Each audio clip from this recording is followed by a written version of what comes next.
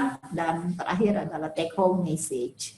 Dunia telah berubah secara dramatis sejak pandemi COVID-19 dimulai. Hal ini sangat berpengaruh terhadap kehidupan sosial, pekerjaan, dan pribadi kita. Menjaga kebersihan tangan dengan mencuci tangan atau menggunakan hand sanitizer, serta penggunaan APD atau alat pelindungan diri seperti masker, kacamata, sarung tangan, topi, dan hazmat merupakan langkah perlindungan utama bagi tenaga kesehatan saat membantu penderita COVID-19. Virus corona menimbulkan tantangan baru bagi semua dokter dan tenaga kesehatan, termasuk di sini adalah sejawat apoteker tentunya. Meskipun virus ini bukan dermatotropik, beberapa masalah kulit muncul, terutama sebagai akibat kontak yang lama dengan alat pelindung diri dan kebersihan diri yang berlebihan. Pada kesempatan ini akan dibahas permasalahan kulit tersebut satu persatu. Secara garis besar saya akan membahas tentang anatomi kulit untuk mengingatkan kembali kepada para sejawat apoteker. Seperti kita ketahui, kulit terdiri dari 3 lapisan, epidermis, dermis, dan hipodermis. Dan epidermis merupakan bagian kulit terluar yang terdiri dari 5 lapis.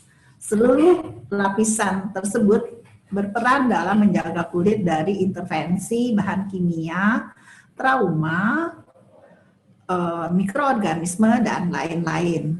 Stratum corneum adalah lapisan luar epidermis dan berfungsi sebagai pelindung utama terhadap dehidrasi, penetrasi berbagai mikroorganisme, alergen, bahan iritan, dan radiasi sinar matahari.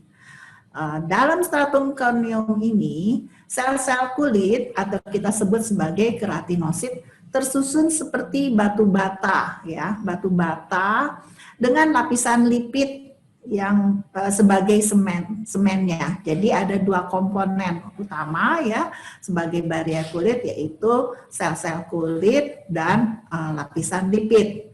Sel-sel kulit sebagai batu batanya, sedangkan lapisan lipid ya itu sebagai semennya. Nah, kita akan masuk membahas mengenai khususnya lapisan lipid ya. Kalau pada sel-sel kulit itu berkaitan dengan NMF atau normal moisturizing factor, sedangkan kalau lipid ini berkaitan dengan khusus yang menjaga agar tidak terjadi penguapan cairan berlebihan. Komponen utama dari membran lipid stratum corneum adalah asam lemak bebas atau free fatty acid, ceramid, dan kolesterol yang tersusun dalam multilamelar. Dan ceramid menduduki posisi terbesar dari membran lipid ini sekitar 50%. Sahabat kulit bertanggung jawab atas semua aspek kesehatan kulit dan kecantikan kulit. Ya, lipid pada sahabat kulit berperan dalam memberikan kelembutan, mengikat sel-sel kulit, dan membantu mencegah dehidrasi dengan menjaga molekul air dan pelembab alami yang terkunci dalam stratum corneum. Pelembab alami tadi yang disebut sebagai NMF. Maka jika terjadi kerusakan kulit akan menyebabkan kulit kering, bersisik, dan jangka panjang dapat menimbulkan kerut. Ya. Nah, penyebab kerusakan sawar kulit, ya, yang pertama adalah peningkatan transepidermal water loss, ya, akibat proses aging. Dengan bertambahnya usia, ceramid yang ada dalam kulit itu akan berkurang, sehingga fungsi sawar atau barrier kulit ini terganggu, sehingga terjadi peningkatan transepidermal water loss. Juga penggunaan produk iritan yang mengandung alkohol, ya, juga desinfektan, ya, SLS, ya. Lalu juga penyebab lain adalah penurunan kadar ceramid. Ceramid berfungsi sebagai pelindung permeabilitas air dengan membentuk struktur lamelar yang berlapis-lapis bersama lipid lain. Ceramid mengatur pemulihan kerusakan pelindung kulit. Penurunan kadar seramid berkontribusi pada peningkatan transepidermal water loss ya. Kerusakan pelindung kulit atau sawat kulit dapat menyebabkan kelainan kulit seperti dermatitis atopik, psoriasis, gatal-gatal, dan eksim ya. SLS ini singkatan dari sodium lauryl sulfat ya, tentu teman-teman lebih mengerti ya tentang ingredient dari bahan-bahan aktif ya. Nah, sekarang tentang penggunaan APD dan cedera kulit. Dari suatu jurnal yang saya ambil ya, dinyatakan bahwa rumah sakit rujukan untuk perawatan COVID-19 di Cina ya, 97% tenaga kesehatannya mengalami kelainan kulit akibat penggunaan APD. Yang terbanyak adalah cedera kulit di atas tulang hidung akibat penggunaan kacamata ya. Selanjutnya adalah iritasi di pipi akibat penggunaan masker N95, iritasi di dahi akibat face shield, dan yang terakhir adalah iritasi pada tangan akibat mencuci tangan lebih dari 10 kali per hari ya, dan menggunakan sarung tangan sekitar minimal 6 jam ya, atau istilahnya 6 jam itu dalam waktu lama ya.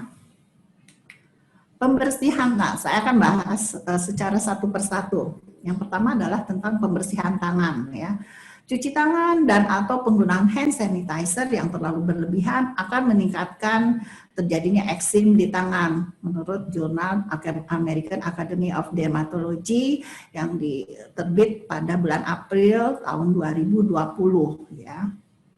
Juga tentang sarung tangan ya. Beberapa orang ada yang alergi terhadap sarung tangan, terutama terhadap sarung tangan lateks. Kita tahu sarung tangan itu ada yang terbuat dari lateks, nitril, dan vinil. Nah, kebanyakan yang alergi adalah terhadap lateks ya. Atau juga ada teman-teman sejawat yang menggunakan pembersih pada sarung tangannya. Ini aneh sekali. Jadi mereka tidak mau mengganti sarung tangannya, tapi mengoleskan alkohol pada sarung tangannya. Justru ini akan menyebabkan masuknya atau penetrasi dari alkohol dan desinfektan melalui sarung tangan, sehingga sarung tangan menjadi rusak, sehingga akhirnya menimbulkan eksim pada tangan. Jadi memang sebaiknya kita selalu atau senantiasa mengganti sarung tangan, ya, bukan membersihkan sarung tangan dengan desinfektan. Nah, tentang masker, ya. Kulit bermasalah dengan masker. Efek samping penggunaan N95 atau masker medis pada kulit itu dapat menyebabkan akne, luka akibat pada tekanan, atau juga bisa terjadi dermatitis kontak ya. Ini faktor pencetus masalah kulit akibat penggunaan masker N95 ya. Lingkungan yang panas dan lembab serta oklusi ya akibat tekanan masker juga menjadi faktor pemicu masalah kulit ya.